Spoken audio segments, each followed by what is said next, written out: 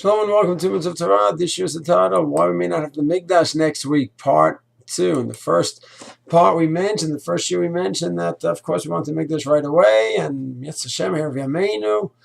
But we said, Siddur Chinam, the Chazal told us why we don't have the Mikdash 2,000 years ago. We're not getting it right. They told us because of Siddur Chinam. The Netziv says Siddur Chinam means they have another group that has their own derech and avodas Hashem, some differences, but the Shomer Torah mitzvahs, they're observant Jews, but they're not your approach in Yirus Hashem.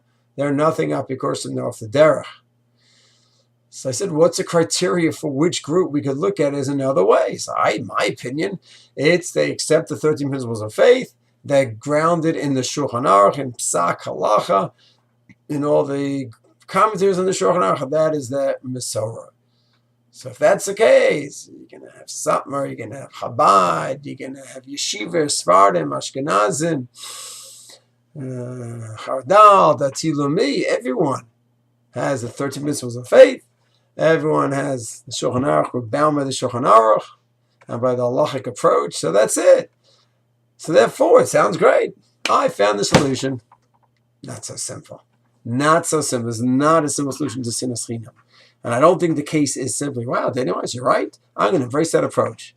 I think many reject my categorization here, one that I embrace, and they hold that every century, decades, as decades go along, there is a certain Das Torah that many Gedolim embrace, on whatever the idea may be.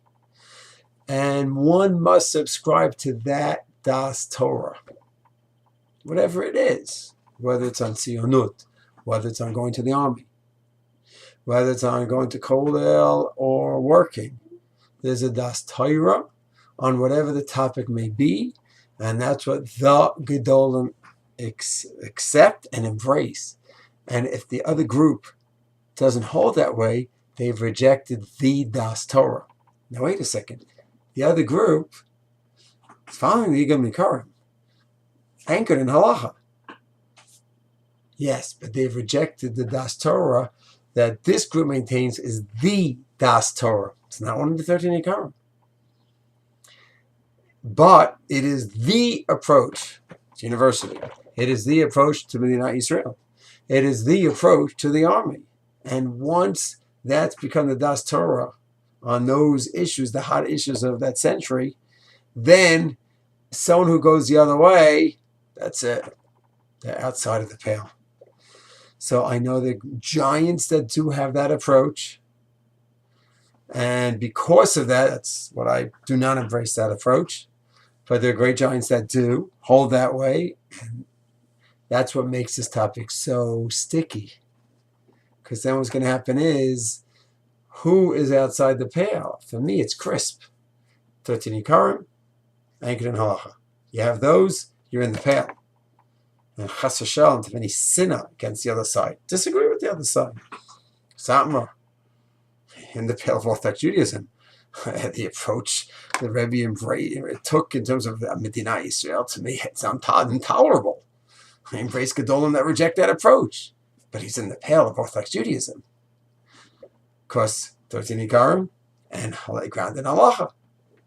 But if you say that no, it's 13 Ikarim, grounded in halacha, and embracing the Das Torah of what you consider to be the majority of the Gedolim, once you have that approach, then it's going to be very challenging, because that means there's a lot of people that you're going to be labeling as off the derech.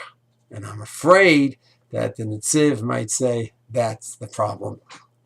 So that's what makes this very, very complicated.